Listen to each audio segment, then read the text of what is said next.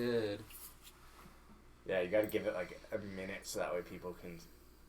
Well, there's a delay.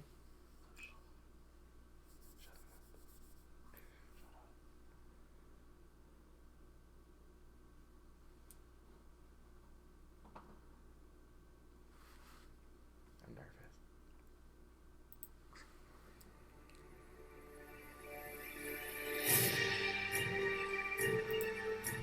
What is up, everyone? Welcome to the Fandalorian Club, our official reaction, review, spoiler show of The Mandalorian, where we're diving into everything on the show. I'm Jake Berlin, your host, aka Qui-Gonn Jake, as I go on the Padawan podcast, and we are officially live on Apocaflix Movies. We are taking a chance here, and we are officially doing a live show here for our channel. And so far, so good. And hopefully the sound and everything is working. If it's not, make sure you let us know in the comments, as I'm sure you will. But just a little background on the show. Because the show is so massive and so big, we decided, you know what, let's take 30 minutes to talk about the show and the episode and everything that's kind of going on with full spoilers. We're not going to hold back, so if you haven't seen the episodes, do not watch this because we will fully spoil everything that has been going on, especially in this episode because it is full of Mandalorian goodness. And today, to join me talking about The Mandalorian Episode 3, titled The Sin, directed by Deborah Chow, I have Mr. Brian Admiralcino and Mr. Jacob Bartley, Grand Admiralcino, and Obi-Wan Jacobi. Yes. I think we're going to have to stick with it. You know what? I've accepted it because at first we were like, Jacobi's not a real name, but it is. Yeah. Jacobi Brissett, you know, Colts quarterback. Sure, yeah, real name. Yeah, I guess. He hates it. Yeah, I mean, it's because it's not Jacob, but, you know, I'll get, it's whatever. I'm okay with it because it's Obi-Wan, my favorite character. It's whatever. So, but yeah, I mean, Jacob, this is your first time on the show. You're officially a Mando part fando. Of the club. Feels so well. So, I mean, before we get into like kind of just diving into the episode, a little bit of chronologically as well. Just initial thoughts, Jacob. What do you think first, man? What was your real live reaction to this episode as it kind of ended? This episode, yeah. Well, first of all, I absolutely loved it. Yeah. I was an emotional roller coaster, to be honest. This episode in particular, because, like most people probably, I'm attached to Baby Yoda, which everyone calls him. Tiny. We call him Tiny here. Jacob. Tiny. This is not Yoda. Yes, that's very true. But universally, everyone calls him Baby Yoda. Yes. Not that he's Yoda. Said, Tiny. This is not Yoda. Oh, I didn't even notice that. That's perfect. Yes, but I don't take credit for that, by the way. Although I don't know if the Mandalorian's going to be with him the whole entire show, but I wasn't ready to let him go. So when he goes and drops him off, dude, I was like, no. And then it's just, I'm just hoping that he's going to go back and get him. 100%. And he would be the biggest dick in the world if he did it. But, you know, prior to this experience he's having, the old him, I would say, would let that go. You know? Totally. But he grew attached to it. And the thing saved his life. Mm-hmm. So even though we can't see his face, it's so funny that you can tell, he's portraying emotion without us seeing his face. That's the crazy. It's those moments when he pauses and he's just sitting there. Yeah, in the ship when he had his hand on the lever, and he's like slightly moves his head or his hand comes off. That lever, the ball, made him reminded him of the Tiny and and had hit, like that was the moment he was like, no, I can't let them do this. And I think the main thing is like if he was going somewhere safe where he was going to be taken care of, I'm sure he would be fine letting him go. But he was not down to let that thing die. And we do know it's a him now. That doctor confirmed that it's a him. So this was just a freaking thrill ride. It's so hard, but I think it's my favorite episode. It's 100% my favorite. Yes, episode. it is. I love episode 2. So I like episode 2 too, but this one, and for one giant particular reason, the ending takes it absolutely bonkers. Like if he got out of there himself, it wouldn't have made sense. Yeah, it wouldn't have. But if he somehow got out of there himself, would it still be your favorite episode? I don't know how I'd feel about it. Yeah. I don't, because I also love the beginning or the middle of the episode when he went down to get his armor. That whole sequence. Oh, absolutely. With the Mandalorians and everything when they bopped up for the Beskar and we got that flashback and everything. And Jake that was a big part of it too. Saying. What? I said now you have your new saying. Yeah, this is the way. He gets like a new one every 2 episodes. Yeah. What's the better one? I've been ending the show with I have spoken. Now I'm gonna end it with this is the way. Exactly. Maybe we all say it this time at the end. We can say both. Yeah. But no, so It's a clear favorite of mine, and there's multiple reasons why. The ending is incredible, absolutely incredible, and the first I can't wait to see what happens with the Mandalorians. And we've talked about it, how we weren't expecting to see them in full for a while. Like, we didn't expect to see them this close to the beginning of the season. I was expecting maybe towards the end, maybe season 2. We're in episode 3 and we're getting full-on Mandalorian action. You even said during the episode, like, I can't wait to see them. Yeah, but the first... here's the funny thing. The first thing that came to mind when I was watching that sequence, holy crap, the woman who put this together is doing Obi-Wan Kenobi. Yeah, I know. So, like, I knew she directed episode 3, but I wasn't thinking about it when I was And then you saw her name pop up. I saw her and I was like, yes, she's directing the Obi-Wan the entire series. Yeah. And the thing about the Mandalorians, I forget what he called their hideout. It has a certain name. Because he says we're going to have to move the blank. Mm-hmm. But that's, from what I got from him being there, the Mandalorians are like, they're no longer, they're like in hiding. Yeah. Well, he said it so... And since the Purge, right? So the Big Gunner one, he said, in that sequence when they were fighting, he said, we're like sewer rats or sand rats. Exactly, and only one of us can go out at a time. But the funny thing is, Mando's been going out the entire time. He's been they've all been underground, essentially, kind of hiding out, doing whatever they're doing. And so, like he said, only one of them have been able to touch the surface. I don't know if they just mean in this part of the galaxy, or if Mandalore is no more. The purge that they talked about had to be a Mandalorian purge, and something must have happened to make them run. Like, maybe their planet's taken over, or something specifically with this clan. Because there's multiple clans. They're tribes. There's tribes everywhere for Mandalorians. So maybe this specific tribe is on a hideout. So the latest thing we know in canon of Mandalorians is from Rebels, correct? Yes. So the last time we saw them, Bo-Katan took over. So sometime between then and now, something happened. Maybe it was the Empire, or maybe it was some other just random faction. So this is for a later date, but I wanted to tease this. Katie Sackhouse had a very, very interesting Twitter tweet a couple weeks ago, or last week. She voices Bo-Katan in Rebels and Clone Wars. Yes. And she says, like, in season 2? I can't wait. What'd she say? I can't wait. She said, like, this is, like, one of the greatest things to ever happen to me, etc., etc. It has to be Mandalorian, too. She's like, it has to be season 2. So what I'm guessing is the Mandalorians are in hiding, and they're scattered throughout the galaxy. I don't think these are the only Mandalorians. Maybe though. I don't know if it's gonna happen, but I almost feel like this character of Mando is almost gonna like bring honor back to the Mandalorians. Oh, like, it kind of feels like it's going in that direction. But what's funny about it, and I'm sticking to it, I don't think he's Mandalorian. Like, I don't think he's an actual Mandalorian. I will say, you and I got into this episode. I say gave you.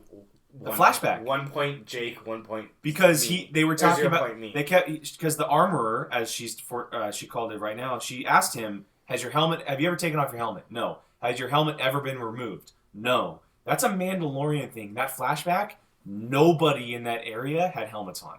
Not a single person in that vicinity had a helmet on. And it could just be a certain thing in Mandalore. Are we sure? I don't think it's all Mandalorians. I think it's the military that wears this armor, right? Maybe. I don't know. We don't know, and that's the cool thing. We're gonna find out. Wouldn't that be wild if we never, ever once saw him take his helmet off? I don't think we will. Like, ever. I don't want him to. I really don't. I love Pedro Pascal, and I would love for him to like actually act. But the helmet is. I don't know if the helmet's a character at this point. Off. The helmet is 100% a character. It's like Dredd. The movie would not have worked if Carl Urban took the helmet off.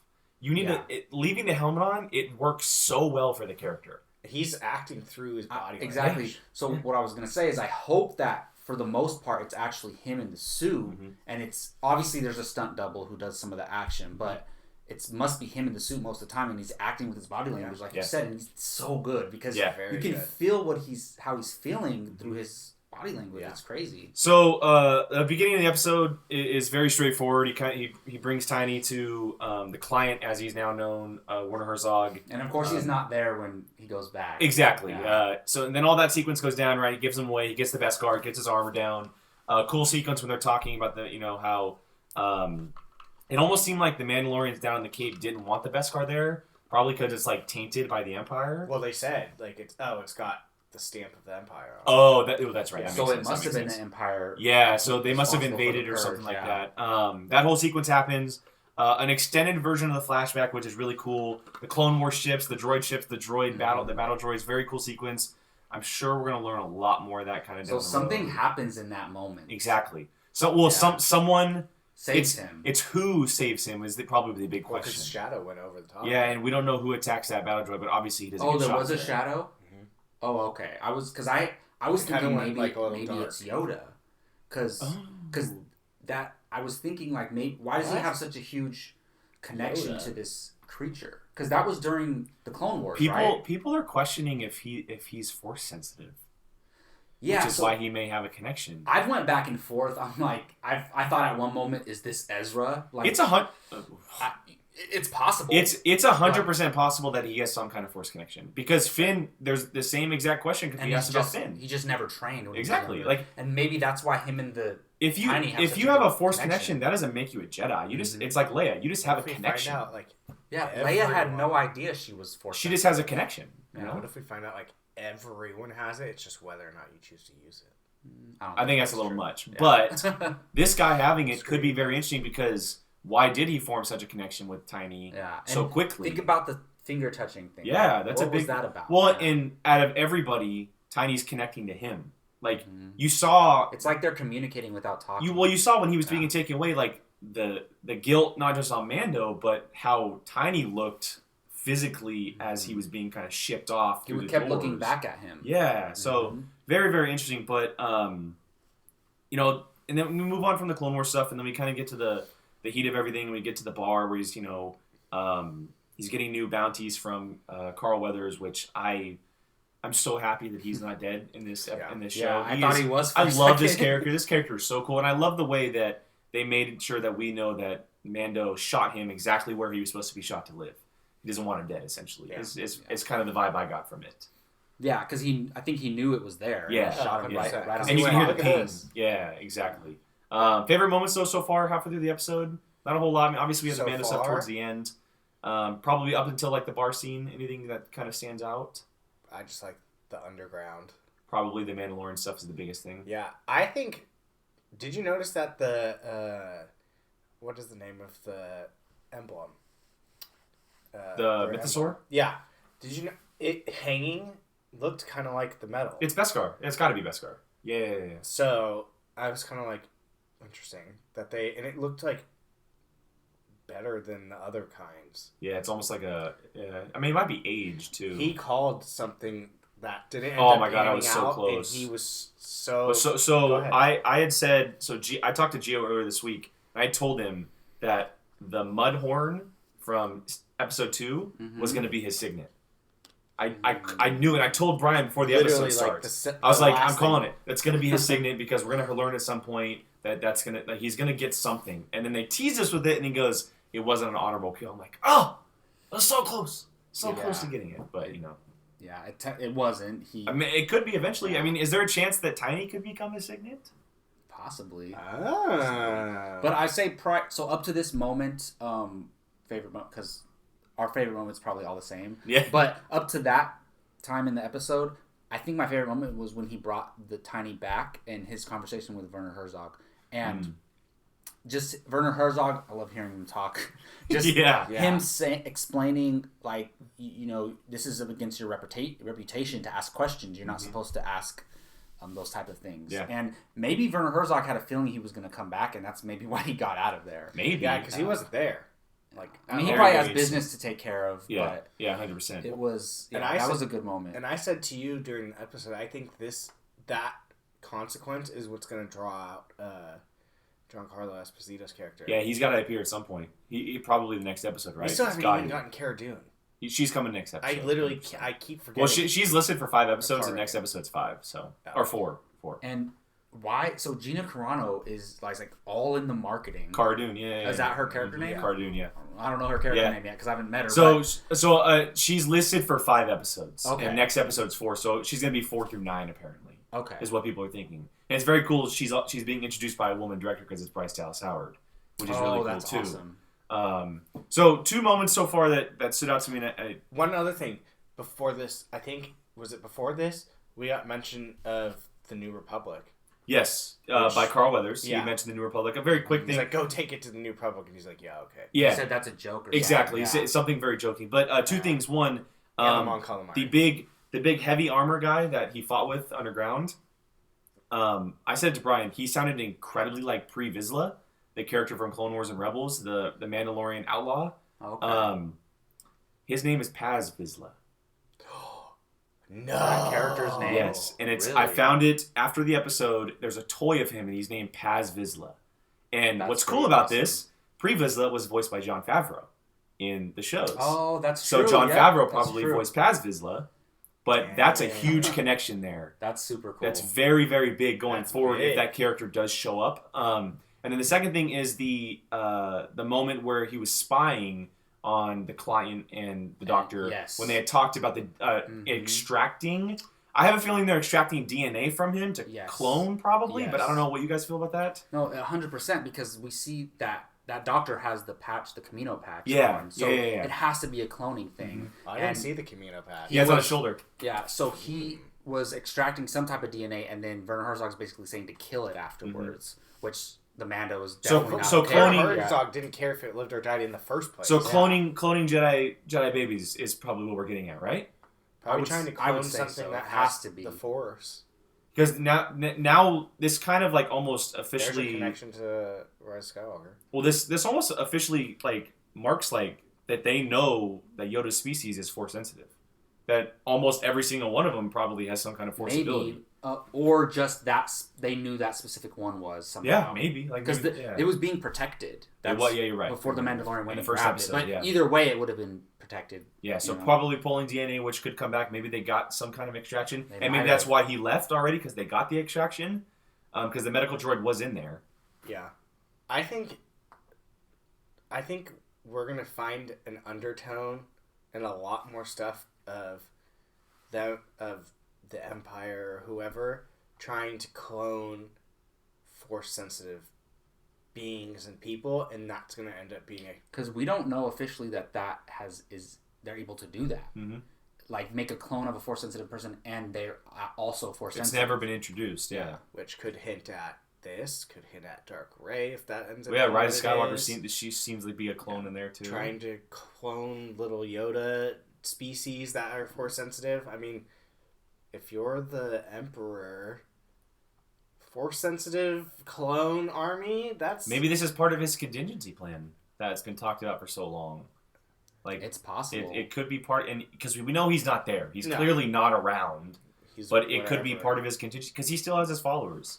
His followers are still out there. Now, whether or not Werner Herzog is one of them, Giancarlo Esposito seems to be one of them. Yeah. So, Well, he has Death Well, we know Werner Herzog is Empire. Yeah. well, he has a necklace, Ex-Empire. but we don't know what kind of connection to the Empire he has. I think he's one of those. Well, him and those stormtroopers were all. Are they I think- stormtroopers though?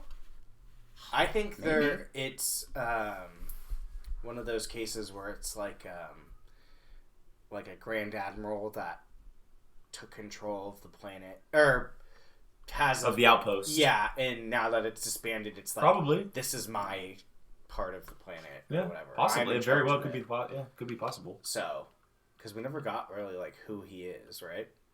We never got anyone saying like, "Oh, he's a Grand Admiral." No, but Mando had mentioned that he's working for the Empire. He's working with the Yeah, Empire. I think Why they are they confirmed here? that group is ex-Empire. Yeah, which I mean, Yeah. there could be a giant twist to maybe they don't end up being the Empire or something. Don't know, but at this point, it seems like Empire's doing some shady stuff with force-sensitive babies. Yeah, force sensitive. Which is creatures, interesting something. because the ex-Empire is not the First Order. Exactly, Necessarily. very different, Yeah, very different exactly. entities. Yeah, Yeah, and so- some of the Empire went on, but there's a part of them that wanted nothing to do with what the First Order was doing, and they stuck to Exactly. the Empire. Yeah, So it'll be interesting to see where he kind of Ray falls. Sloan was like that. Exactly, she went off to do the First Order stuff, and a lot of them stayed behind. And the kind of- First Order was stealing children, taking out Exactly. children and turning them into Finn, stormtroopers. like Finn, yeah, exactly. So who knows what the Empire? I mean, could be so many just- possibilities. yeah, So many exactly. possibilities. Yeah. But let's move on to the granddaddy of them all.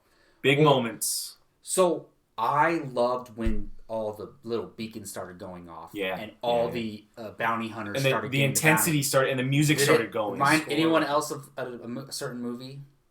John Wick? When Oh. all the assassins start And then he's walking through the town, and then they all start looking Dude, at him, hell and his yeah. phones start going off. I got John Wick vibes. Oh, during that's that. amazing. I'm so pumped right now. I'm so happy. Yeah. So I was like, oh, this is just like John That's Wick. amazing. That's funny because I was getting pumped. There's always like some connection we could always connect. Like when we Second episode was Indiana Jones. This one's John Wick. It had to be like a John Wick reference. Oh my god, that's so cool. Yeah. That's so cool. But yeah, I mean, this look the whistling birds. I love I love that was the amazing. whistling birds really cool, and a really cool callback too after finding out in the middle of the episode. But I love the outpost sequence with IG-11 in the first episode. This one takes the cake. Oh yeah, this one takes the cake for me.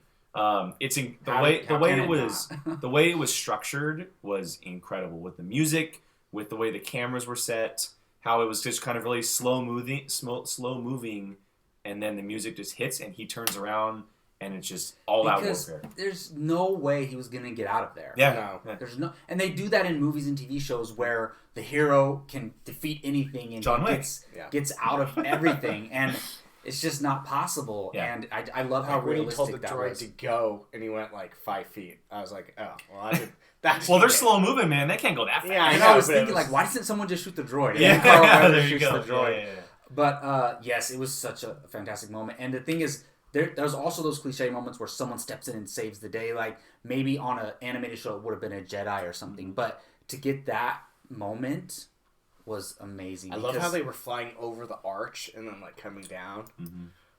Because people have speculated, like, are we gonna see jetpacks in this show? We get them in episode 3. I gotta get in one of an those. epic just street battle. It was freaking. I love the way that it seemed like, and I know this is classic Mandalorian, but they made sure to showcase that every single one of them had some kind of different ability or gun or style. Exactly. Like they were all I don't think different. anyone from else one another. has his gun. And exactly. First of all, and they all sound his different too. gun is crazy. So It just powerful. disintegrates people. When like, when he was full using body- the scope, we thought he was going to start murking people again. We were just like, oh my god. After seeing him murk Jawas, when I he was does like, it to the oh my god. Jawas, like, I was like, okay, they're little tiny beings that they're blowing up. That makes sense. But he was blowing up like full size beings. He blew up a Greedo species. Well, Who says that impressive weapon or something? Carl Weathers. Oh, he does. Yeah, yes. Carl Weathers. Yeah. Yeah, I mean, I've never seen a weapon like that before. I hope we find out where he got that from. That could be a big deal. Like where he got it from. Because that thing does so many things. Well, we've seen that in the animated shows where each Mandalorian has their own special type of weapon, right? And we got to see that in live action. Maybe he makes it.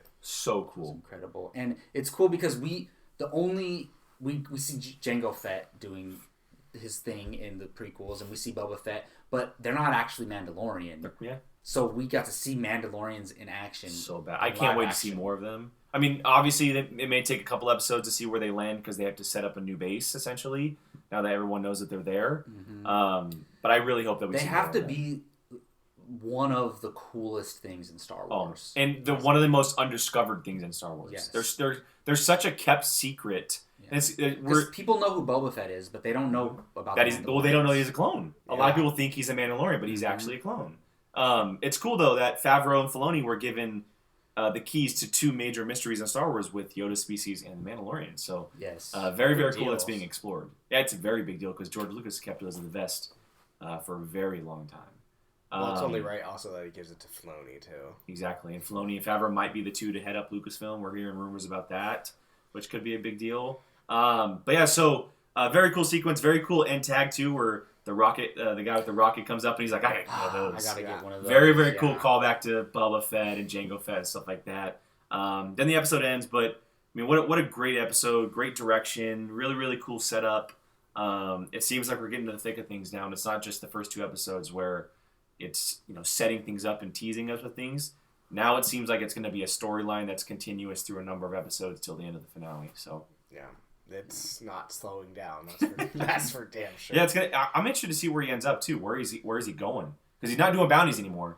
No. Does he have friends he's gonna go meet? Like, is he going to some world that he has no idea about? Like, obviously he's gonna meet up with Cara Dune. I think he's gonna try to search out some type of sympathizer, resistance, something to give them to. Exactly. Because she has that tattoo. Yeah, she's an ex Rebel shock trooper. An ex Rebel shock trooper. Yeah. Yeah, so he's probably trying to maybe go.